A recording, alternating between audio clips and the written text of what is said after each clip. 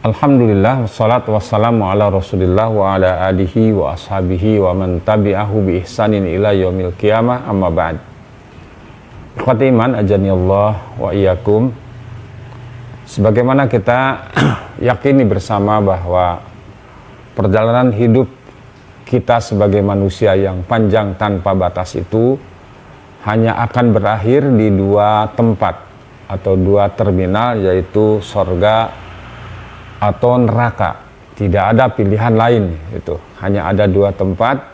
Walaupun dalam Al-Quran ada kelompok yang disebut Al-A'raf, tetap nanti akan dimasukkan kalau tidak ke sorga, ke neraka.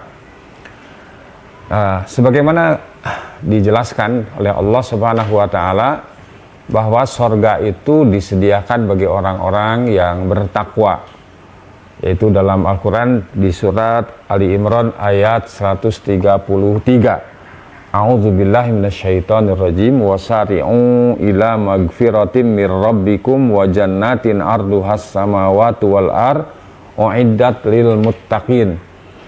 Dan bersegeralah kamu mencari ampunan dari Rabbmu, dari Allah Subhanahu wa Ta'ala, dan mendapatkan sorga yang luasnya seluas langit dan bumi, disediakan bagi orang-orang yang bertakwa. Lantas apa itu takwa? Secara sederhana, takwa itu adalah orang-orang yang beriman kepada Allah Subhanahu wa Ta'ala, melaksanakan segala perintah Allah dan Rasul-Nya, menjauhi larangannya, dan juga memperhatikan batas-batas yang telah ditentukan oleh syariat oleh Allah Subhanahu wa Ta'ala dan Rasulullah Shallallahu alaihi wasallam. Tentu saja yang tahu siapa orang yang bertakwa hanya Allah Subhanahu wa Ta'ala.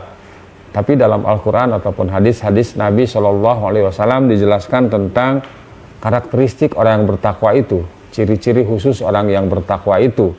Di antaranya dalam lanjutan ayat tadi di surat Ali Imran ayat 134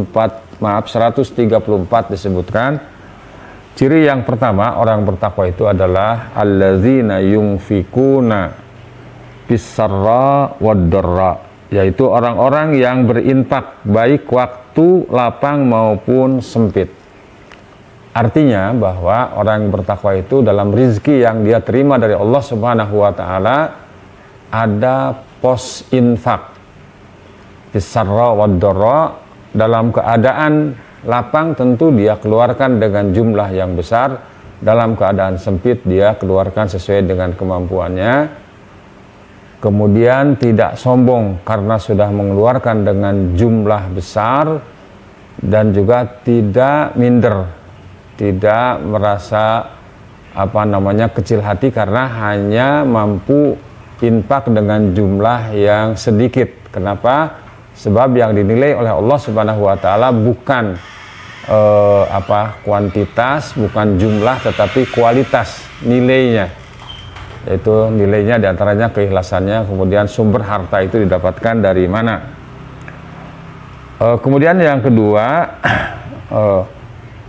wal kadhiminal ghaidha, ya, dan orang-orang yang menahan amarahnya.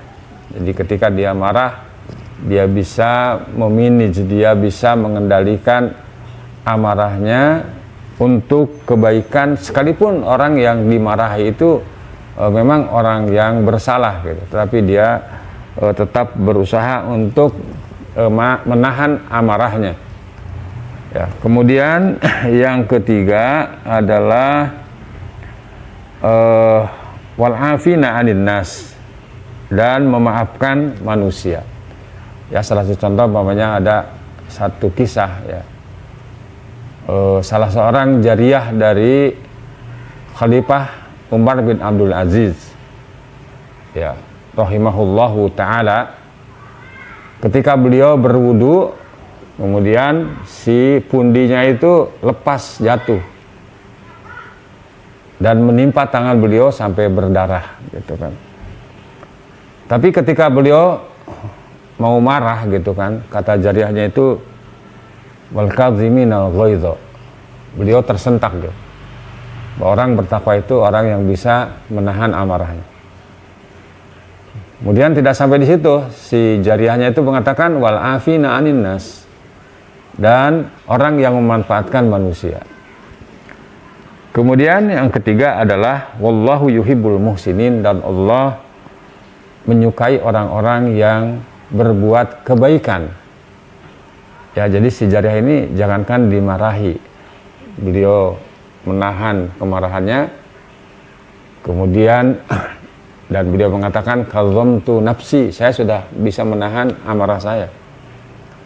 Kemudian ketika si jariyah itu mengatakan wal afina anin nas, dan saya sudah memaafkan, kata beliau afautu anki, aku sudah memaafkan kamu.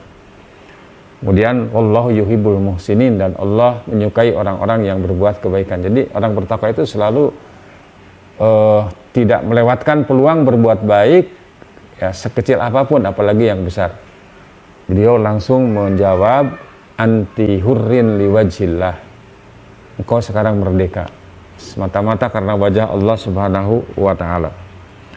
Kemudian ciri yang keempat orang bertakwa itu adalah walladzina idza fa'alu fahishatan aw dzalamu anfusahum dzakarullaha fastaghfaru lidzunubihim wa may yaghfiru dzunuba illallah wa lam yusirru ala ma fa'alu wa hum ya'lamun.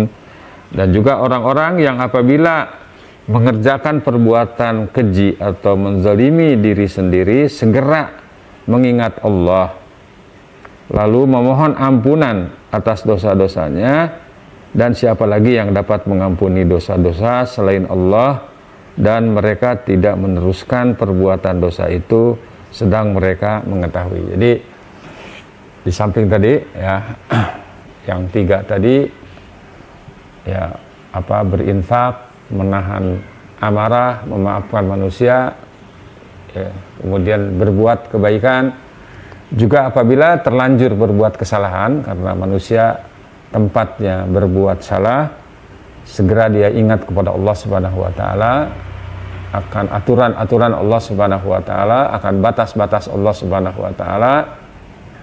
Kemudian setelah itu dia bertobat, dia mohon ampun kepada Allah Subhanahu wa ta'ala, dan berjanji tidak akan mengulangi kembali.